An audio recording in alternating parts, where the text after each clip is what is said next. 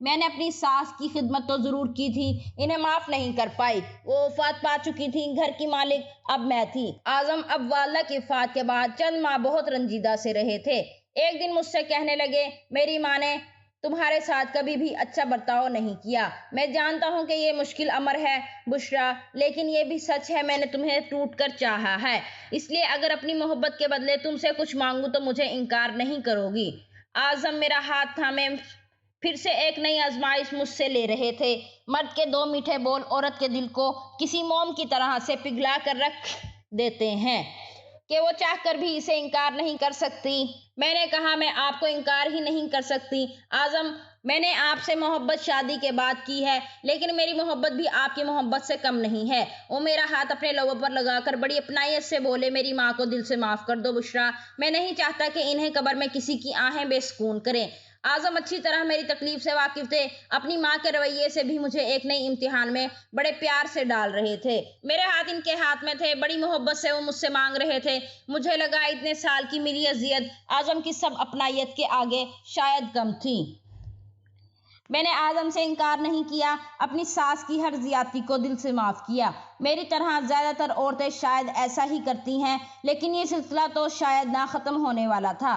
اعظم کی نوکری چھوٹ گئی تھی، وہ سگریٹ پینے لگے تھے۔ مجھ سے ان کی پریشانی دیکھی نہیں جاتی تھی، اس لیے میں نے سارا زیور لا کر اعظم کے سامنے رکھ دیا۔ میں نے کہا، آپ نوکری چھوڑ کر کاروبار شروع کر لیں۔ میرے زیورات کو دیکھ کر وہ کہنے لگے، میں بے غیرت نہیں ہوں کہ بیوی کے زیورات بیچوں۔ میں نے کہا، اعظم ہم ایک دوسرے کے سکھ دکھ کے ساتھی ہیں، آپ کی پریشانی میری بھی پریشانی ہے، آپ اپنا کاروبار شروع کریں، جب حالات اچھے ہو جائیں گے مجھے نیا زیور بنوا دیجیے گا۔ اعظم نے میرے زیور بیچ کر کاروبار شروع کر دیا۔ میں نے ہر تنگی ہنس کر اعظم کے ساتھ گزاری تھی۔ کئی بار ایسا ہوتا کہ بچوں اور اعظم کو کھانا کھلانے کے بعد کھانے کو کچھ بھی نہیں بچتا تھا۔ اعظم کم خرچہ گھر پر لاتے تھے، میں پانی پی کر اپنا پیٹ بھر لیتی تھی۔ خالی پیٹ بے شک مجھے دہائیاں دیتا تھا، لیکن دل مطمئن تھا۔ میرے بچے اور شوہر سیر ہو کر سوئے ہیں۔